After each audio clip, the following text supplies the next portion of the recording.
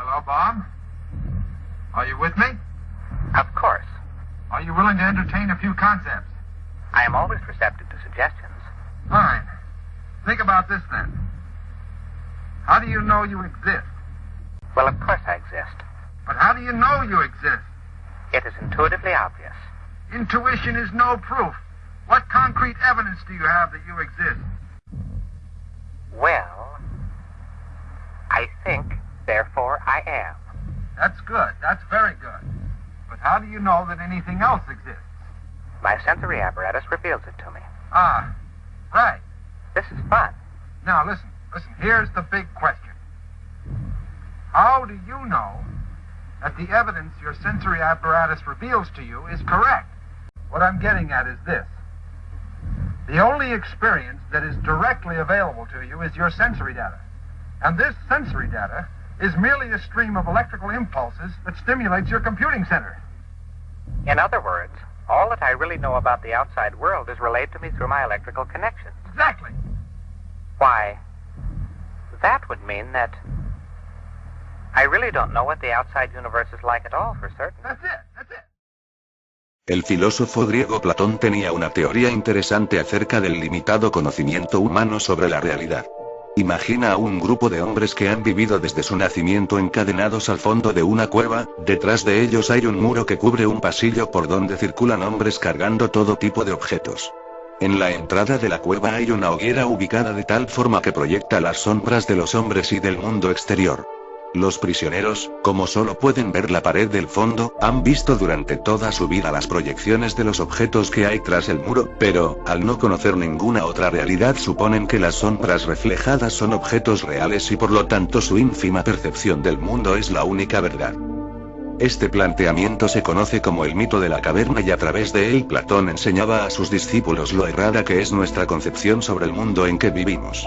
Según las ideas del filósofo existen dos realidades. El mundo sensible, conocido por medio de los 5 sentidos, y el mundo inteligible que se alcanza únicamente por la búsqueda del conocimiento y la sabiduría.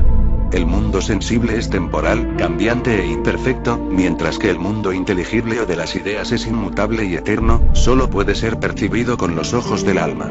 Este último plano de realidad constituiría la verdadera esencia de las cosas, siendo el mundo sensible solo un mero reflejo de este al igual que las sombras en el fondo de la caverna. En otras palabras, lo que percibimos con los 5 sentidos sería una ilusión. Platón no era el único que creía en el engaño del conocimiento sensible. El filósofo y matemático francés René Descartes consideraba falaz la información que nos brindan nuestros 5 sentidos. Para él, el único camino a la verdad es el uso de la razón. En la tesis de la duda metódica, el filósofo sostenía la idea de que hay que dudar de todo para alcanzar la esencia primordial de la realidad, y eso incluye al mundo físico en sí. Según su hipótesis del sueño, no se puede distinguir entre el sueño y la vigilia, puesto que, mientras estamos dormidos, las experiencias captadas por nuestra conciencia nos parecen reales, solo al momento de despertar es que nos damos cuenta de que se trataba de un sueño, pero, los sentidos físicos no pueden diferenciar la brecha entre esos dos estados de percepción, así que Descartes concluye que no es posible distinguir el sueño de la vigilia. ¿Qué pasaría si alguien estuviera atrapado en un sueño del cual no puede despertar? ¿Cómo distinguiría lo que es real de lo que es ilusorio? Efectivamente no podría solo hasta que empezara a dudar de la realidad misma y a contemplarla detalladamente. De acuerdo a las antiguas tradiciones místicas, el mundo visible es realmente un espejismo existente en la mente cósmica. En la filosofía religiosa del hinduismo, por ejemplo, se utilizaba el concepto de Maya, una palabra en sánscrito que se traduce como ilusión. La idea de Maya establece que el mundo material percibido es solamente un reflejo ilusorio de una realidad metafísica denominada Brahman o el alma del cosmos. Las cosas físicas serían entonces manifestaciones de una sola conciencia, de modo que no hay un mundo exterior separado del ser interno, todo es uno. La concepción de Maya no es exclusivamente de los hinduistas, diversas tradiciones espirituales de Oriente la aplicaron en sus enseñanzas. El maestro Buda decía que, el mundo exterior es únicamente una manifestación de la mente en sí misma, la mente lo capta como un mundo exterior simplemente por su costumbre de seleccionar y de razonar falsamente. El discípulo debe hacerse el hábito de observar la verdadera esencia de las cosas. No todo lo que brilla es oro, y las cosas comúnmente no son lo que aparentan. Nuestros 5 sentidos y los pensamientos inherentes que los acompañan en nuestra visión ordinaria del mundo son como el fuego en la boca de nuestra caverna interior. Nos proyectan figuras borrosas que solo constituyen un tenue esbozo de la superinfinita realidad imperceptible desde nuestro nivel de conciencia. Suena algo exagerado pensar que los sentidos nos oculten la verdad, pero si examinamos detalladamente la capacidad de los mismos para revelarnos la verdadera naturaleza de las cosas, veremos que hay una gran brecha entre lo que se capta y lo que realmente es. Miremos los siguientes ejemplos. Observa la siguiente imagen. Parece que los fractales tuvieran movimiento, ¿verdad? Pues no. No se mueven, se trata de una ilusión óptica. Mira ahora la imagen número 2. ¿Podrías jurar que los círculos se mueven similar a unos engranajes? Te equivocaste. Si concentras tu vista en un solo círculo te darás cuenta de que no se mueve. Puedes probar fijando los ojos círculo por círculo y comprobar que se quedan quietos en cuanto observas a uno detenidamente. Esta ilusión óptica se basa en el mismo mecanismo que el cine: la persistencia de la visión. Resulta que el impacto de los fotones en la retina provoca una reacción que se mantiene un pequeño intervalo de tiempo. Dicho de otro modo, la imagen persiste en el ojo una pequeña fracción de segundo, el tiempo suficiente para que llegue el siguiente fotograma, impacte en la retina y se cree la sensación de movimiento. Aquí pasa algo parecido. A una imagen del dibujo le sigue otra imagen cuando movemos los ojos. Como lo que vemos es igual que lo anterior pero girado, se crea la ilusión de movimiento. Es claro que el cerebro interpreta la información que recibe de manera errada. Mira esta otra imagen y dime si puedes ver la espiral de líneas negras y blancas. ¿La viste? Lo curioso es que no existe ninguna espiral, solo hay una colección de círculos concéntricos. Basta elegir uno de ellos y seguirlo con el cursor del ratón para comprobarlo. Este efecto se debe seguramente a que nuestro más bien vago cerebro, al ver tantos movimientos dirigidos hacia el centro, supone que las líneas blanquinegras también se dirigen a él y, dado que tal hipótesis no entra en contradicción con ningún otro estímulo, no se molesta en realizar análisis adicionales. Aquí les va otro ejemplo del engañoso sentido de la vista. Observa fijamente la cruz que está en el centro de la imagen durante varios segundos. Notarás que llega un lapso en el que los puntos púrpuras desaparecen y solo queda un punto verde girando alrededor de la cruz. Luego cuando vuelvas a parpadear los puntos púrpuras habrán regresado. ¿A dónde fueron? No fueron a ningún lado, siempre estuvieron ahí, pero como nuestra concentración se enfocaba únicamente en la cruz, el movimiento intermitente de los puntos nos dio la ilusión de que se habían desvanecido. Algo parecido ocurre en la siguiente imagen.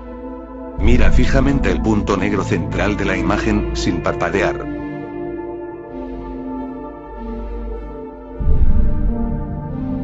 Si lo has hecho correctamente has visto cómo las manchas coloridas de alrededor se esfumaron igual que en el ejemplo anterior. ¿Por qué?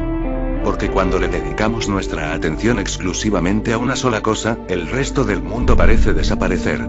Así pasa con los individuos de la sociedad, le enfocan toda su energía al mundo material y a los aspectos terrenales de modo que pierden de vista el plano espiritual, entonces se convierten en prisioneros de la ilusión envueltos por las vagas sombras de la Matrix. Albert Einstein decía que la realidad no es más que la capacidad que tienen los sentidos para engañarse a sí mismos, y tenía completa razón. El sentido de la vista no nos proporciona información exacta sobre el mundo exterior así como los otros sentidos. Volviendo al ejemplo de los sueños, cuando nos encontramos en el estado onírico podemos tocar objetos, oír los ruidos de la ciudad, oler y saborear comida de la misma manera como lo hacemos en estado despierto. Sin embargo, no estamos usando las manos, ni los oídos, ni la boca, solo disponemos de la mente. Tampoco hay un mundo exterior que pueda ser tocado, pero aún así lo percibimos dentro del sueño. Si alguien te preguntara dentro de un sueño si crees que ese mundo es real, ¿qué contestarías? Por supuesto que es real porque puedo palpar los objetos tangiblemente con mis sentidos, esa sería la respuesta lógica. El gran problema es que las percepciones de los 5 sentidos son en verdad señales eléctricas dentro de tu cerebro. Desde el comprendimiento de la física cuántica el universo se reduce a un cúmulo de partículas subatómicas flotando en un gran campo vacío donde todas las posibilidades tiempo-espaciales están superpuestas. Los objetos materiales, incluyendo nuestro cuerpo, están compuestos en un 99% de vacío, de modo que el mundo físico tangible no es más que una ilusión proyectada por un mar de energía vibrando. Suena loco, ¿verdad? ¿Cómo no puede existir este computador, ni este cuarto, ni el yo que vemos en el espejo? Es absurdo. Pero lejos de ser ficción, algunos científicos creen que es así. El principio holográfico propuesto por Gerard Hooft y Leonard Susskind en los años 90, afirma que la naturaleza de un objeto proviene de paquetes ultrapequeños de información contenida en la superficie bidimensional del mismo, en otras palabras, solo existen bits de información fluyendo por el espacio, los cuales son decodificados en imágenes 3D. Un experimento realizado por el detector GEO 600, el cual buscaba ondas gravitacionales causadas por objetos astronómicos, se encontró con un extraño ruido al cual no le hallaban explicación. Fue entonces cuando el físico Craig Hogan dice que GEO 600 tropezó con el límite fundamental del espacio-tiempo, el punto en que deja de ser un continuum descrito por Einstein y se disuelve en granos. Algo similar a lo que ocurre con las imágenes cuando las ampliamos y comenzamos a notar que dejan de aparentar continuidad de colores y líneas para ser puntos, píxeles. Hogan afirmó que, de ser cierto, entonces los seres humanos vivimos en un gigantesco holograma. Esta teoría es un asunto importante para poder reflexionar sobre la percepción que tenemos de las cosas y la manera como vemos la vida. Con base a esto recordamos las poéticas palabras del maestro Buda: sabed que todas las cosas son así. Un espejismo, un castillo de nubes, un sueño, una aparición, sin una realidad esencial, pero con cualidades que pueden ser percibidas. Sabed que todas las cosas son así, como la luna en un cielo claro reflejada en algún lago transparente, aunque la luna se haya desplazado a ese lago. Sabed que todas las cosas son así, como un eco proveniente de la música, de sonidos y de llantos, y sin embargo en ese eco no hay melodía. Sabed que todas las cosas son así, como un mago que crea ilusiones de caballos, de bueyes, de carros y de otras cosas, nada es lo que aparenta ser.